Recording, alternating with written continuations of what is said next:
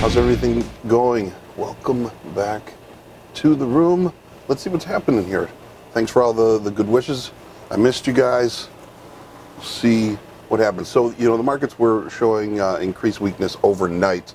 And then in between leaving my house this morning and coming in, there was some reports that they're expected that the December 15th tariff either increase or whatever they were going to do with it is going to be at least postponed for a while or rolled back.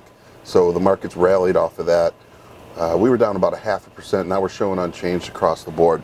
So that's going to be interesting because at least with the markets down, we had a shot at maybe some trade off of the highs.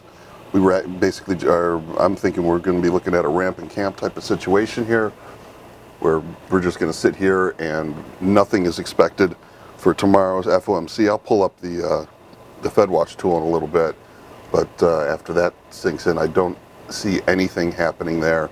Certainly not going to be tightening, and they can't make a case for easing.